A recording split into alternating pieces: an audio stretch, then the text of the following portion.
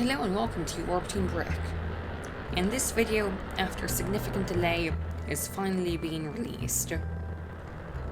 Yeah, I realize it took a while for this to be uploaded, and this isn't even the entire video. There were still more complications that resulted in the remaining part of the mission being split into another video. But yes, the Duna mission, which yeah, I'm revealing it's a Duna mission, though you can already conclude that from the title and thumbnail. It's finally occurring. And so, first launch, the Duna lander. I called it Pilgrim because well, I just thought it was a fitting name, considering the original plan for the mission where the entire craft would have been sent in one launch. Well, not one launch, but one transfer window. And so, Kerbal escape burn is successful, and the lander is well on its way, plus a correction burn, and coasting towards Duna. All systems report nominal. And the program is proceeding according to original plans. However, some problems start to arise. At some point, there was a critical miscalculation, which means as the craft approaches Duna, it's realized that it does not have enough fuel to insert into orbit. However, Mission Control determines a solution. If they do some aerobrake passes with the lander, which it was not designed to do, they could save significant amounts of Delta V and salvage the mission. And so that's what they do. They don't really have many other options, and so the lander now has to do something it was never designed to do. So solar panels and antenna are retracted, and the craft approaches Duna's atmosphere. Now, for most of this video, I have the UI hidden, though I can assure you that this entire time I had the Kerbal Engineer thermal readout opened. And so, as communication is lost, anxiety spreads among Mission Control.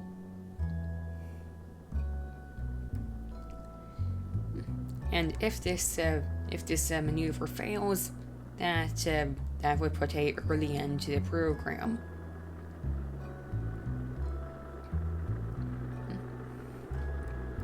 And so, as communications continue to be lost,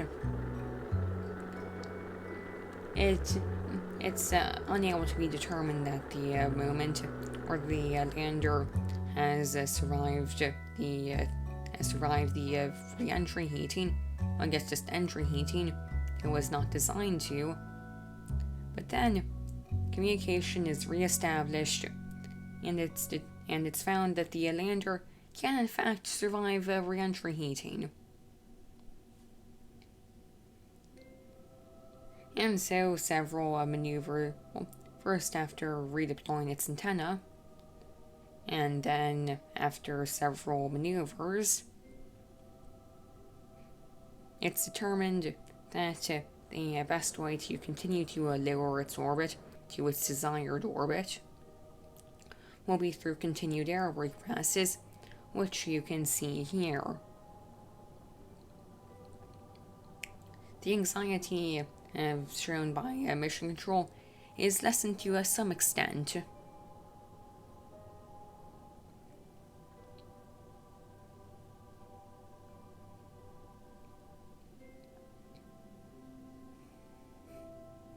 And so again, after several aerobrake passes and several other small maneuvers, again, which can be seen here,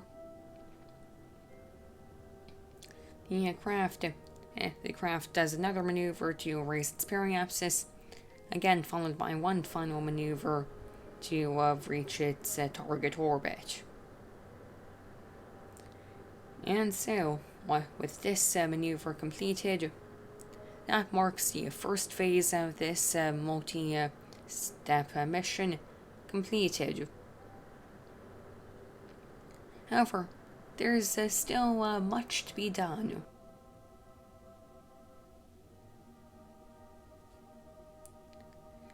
And so the lander reports nominal systems, and the rested program can proceed. And the lander, it's gonna need to sit unoccupied for a while before a crew can arrive. And just over a year of waiting, the second launch occurs. This time of the interplanetary tug for the Mothership. Launching on... oh, I'm not sure what to call this because it has some elements from the Space Launch System, some elements from the Titan series of rockets, and it's kind of overkill. Yeah, this rocket with those 4 solid rocket boosters and a Hydrodox core stage. And once the fairing deploys, you will be able to see the interplanetary tug and this nominal stage separation. And there we go, fairing deployment. And right now it's mainly just an empty fuel tank with a Wolfhound engine attached to it, as it would be too heavy to launch fully fueled. In fact, it would require 2 missions to refuel it. And the 2 missions are practically the same. They're being shown at the same time. Launches with launch vehicles. They all with double these rocket boosters. These 2 are refueling craft.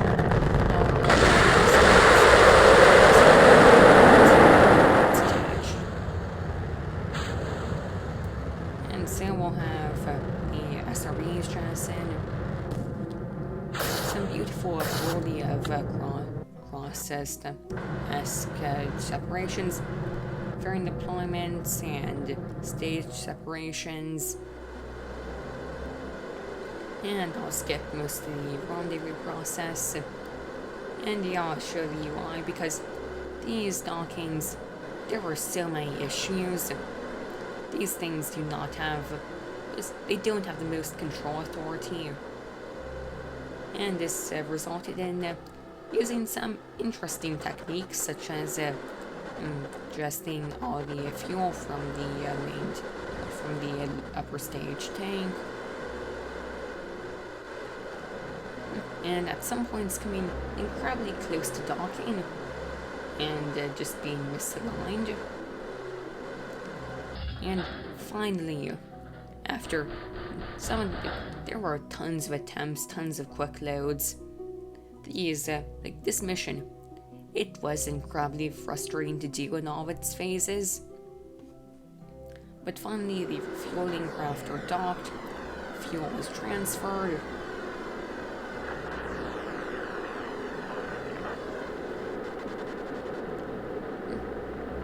and the aircraft are no longer needed and are deorbited and meet a fiery end.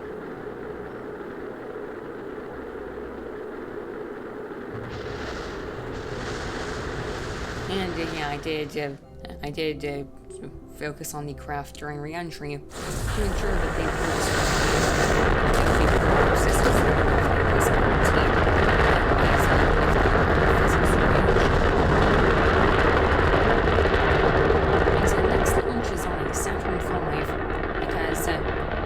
it's a big part of the mission, and I did not have another launch vehicle that could lift it.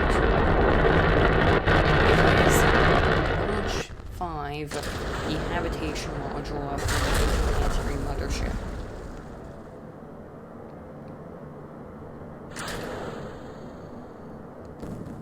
No, it's actually a slightly modified Saturn V. I don't have the S4B upper stage, and I believe the S1C first stage, the fuel tank is stretched by 3 meters, but nominal stage separation and fairing deployment and coasting to apoapsis, and the craft reaches orbit with all systems nominal. And so the J2s on the S2,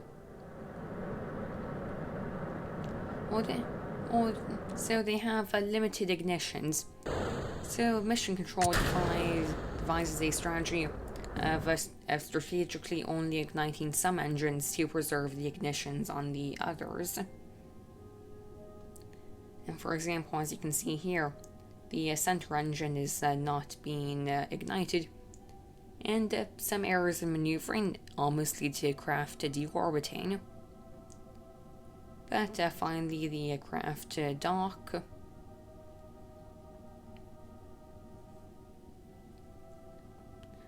Moving at a very slow rate to ensure there is no equipment damage.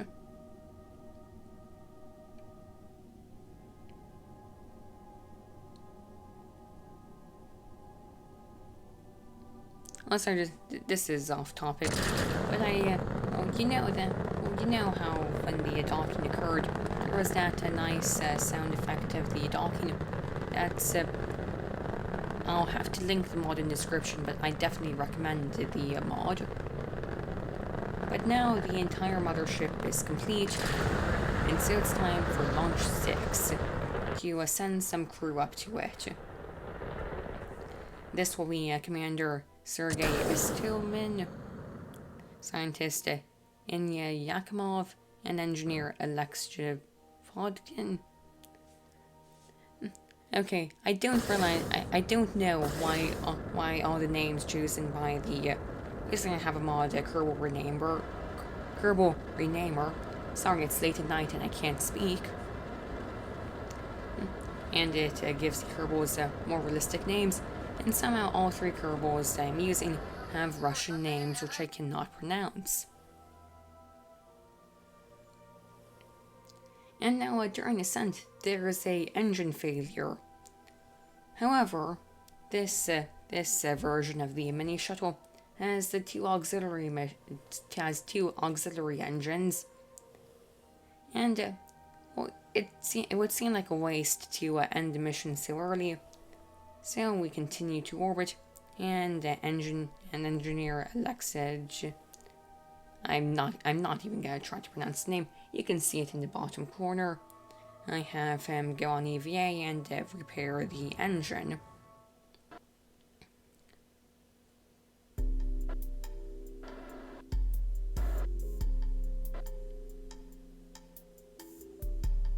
And so with that sorted out, the shuttle rendezvous with the mothership and has a pretty rough docking. Yeah, I'm not sure why there were so many random issues with docking, but for some reason the craft wasn't aligning properly.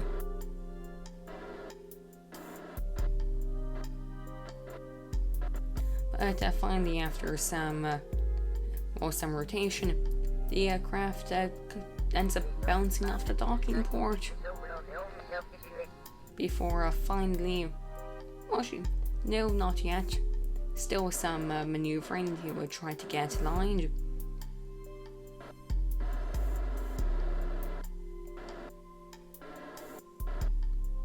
I finally realized that the mothership, it wasn't properly aligning itself. But after all of that, maybe finally will the docking occur.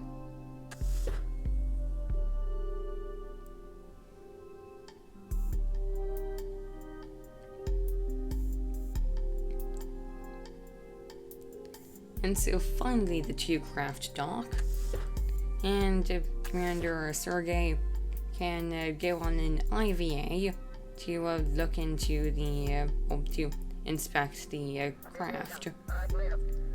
And so first up is the docking module, which leads into this module with various ports on it, which lead to a main airlock, a small greenhouse, which it's mainly to have decorative plants and not edible plants, because having the greenhouse be active would mess with the resource flow too much.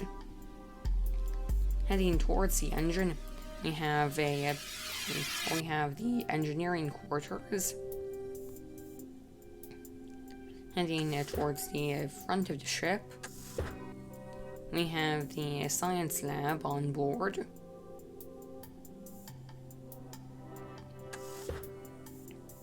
With some nice views of Kerbin below us. All systems seem nominal.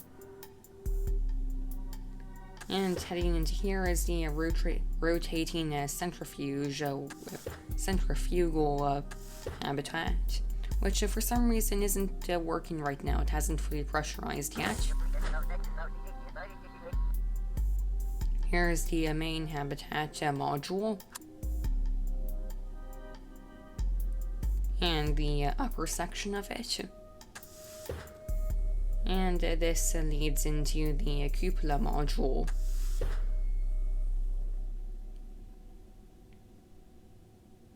With again some beautiful views of Kerbin. At this point I should probably say that the name of the mothership is Mayflower. Again, kind of a cliche name. And so now the centrifuge ring has fully pressurized.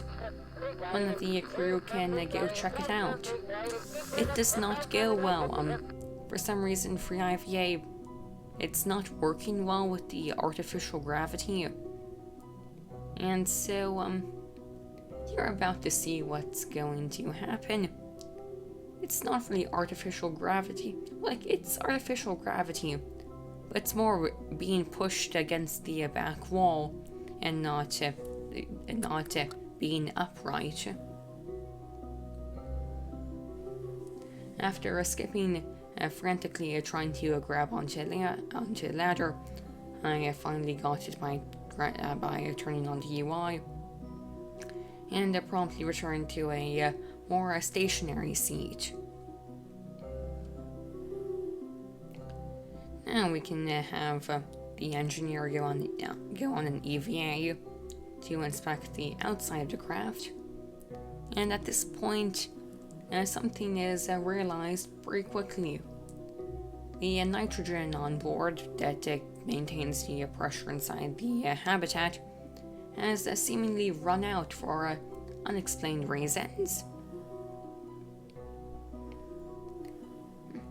And so it's determined that a mission needs to be sent up to restock the nitrogen, as I do not think anybody wants to spend over a year stuck inside a spacesuit during the mission.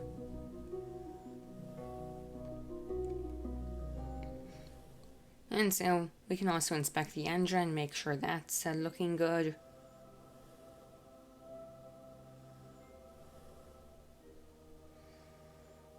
And we can return to the airlock. Although, the engineer is gonna first try to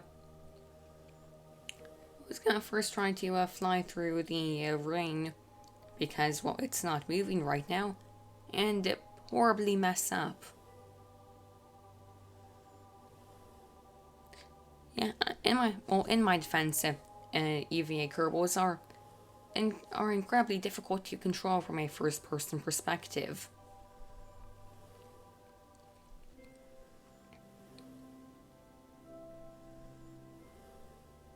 So after that, we promptly return to the airlock.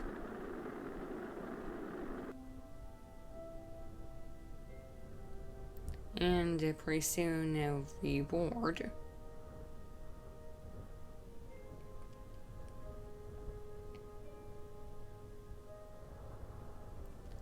And, however, there is one more thing to do before that resupply mission can launch.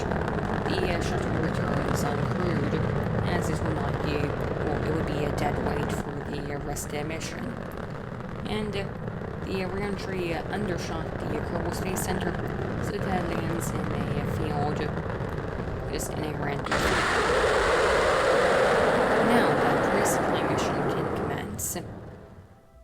Launching on the same rocket as the refueling vessels, as I had built several spares in case anything went wrong.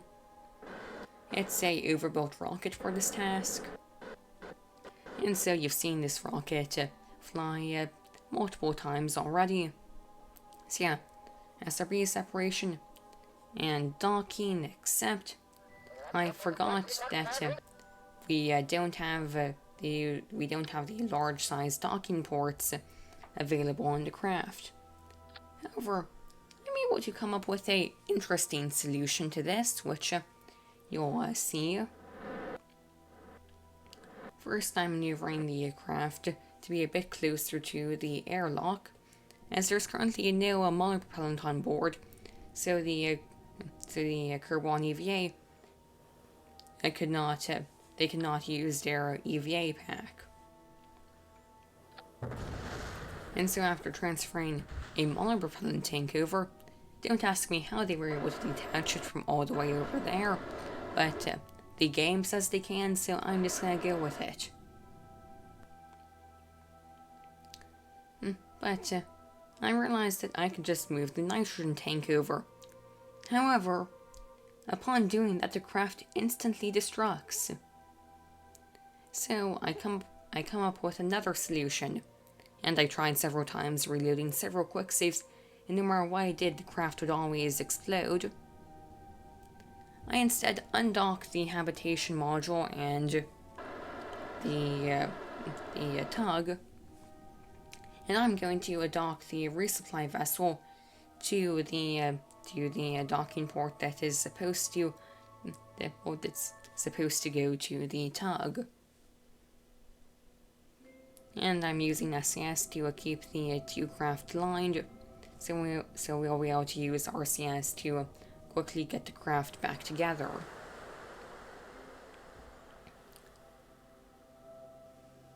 And just setting it up.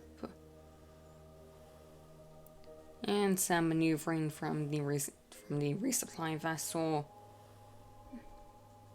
And so the two craft dock. And the nitrogen can be transferred over, as well as some food and water. And at which point I can get rid of the molar propellant tanks by maneuvering them back onto the resupply vessel, which is to be deorbited. And the EVA construction can't quite reach. Also, I just want to quickly say, this is late the night before this video is supposed to go out, and I'm kind of rushing to get this commentary done as fast as possible. Sorry about that.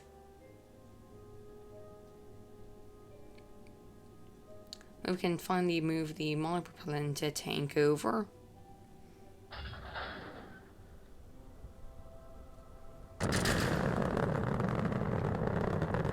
Followed quickly by the second one, and the tug can, the resupply vessel can undock, the tug and the habitat module can redock, and the craft should be good to go to Duna. Except at that point it's realized an inefficiency in the closed-loop life support system means that the crew would run out of water long before they reach Duna. So, it's determined that the Delta V aboard the craft is generous enough that they can just launch basically just a tank full of water to ensure that the crew does not run out of water. And literally all it is, this module, it's literally just a tank full of water with 2 docking ports on it. Again, doing the same maneuver as with the previous mission. This time there's no RCS.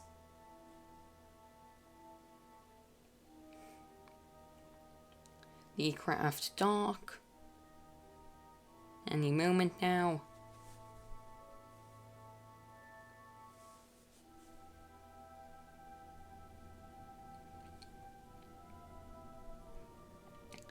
And so the tug for the water tank can ungracefully undock. Yeah, I didn't think of a way to have it maneuver away from the docking port. There's only one day before the transfer window, so I was kind of rushing to get this done as fast as possible. And so, finally, the habitat module, now with the water tank, can dock to the tug, and so the mothership, Mayflower, is finally complete and ready to do its Duna mission, which will have to wait for another video. I want to thank you for watching. Please like and subscribe, and goodbye!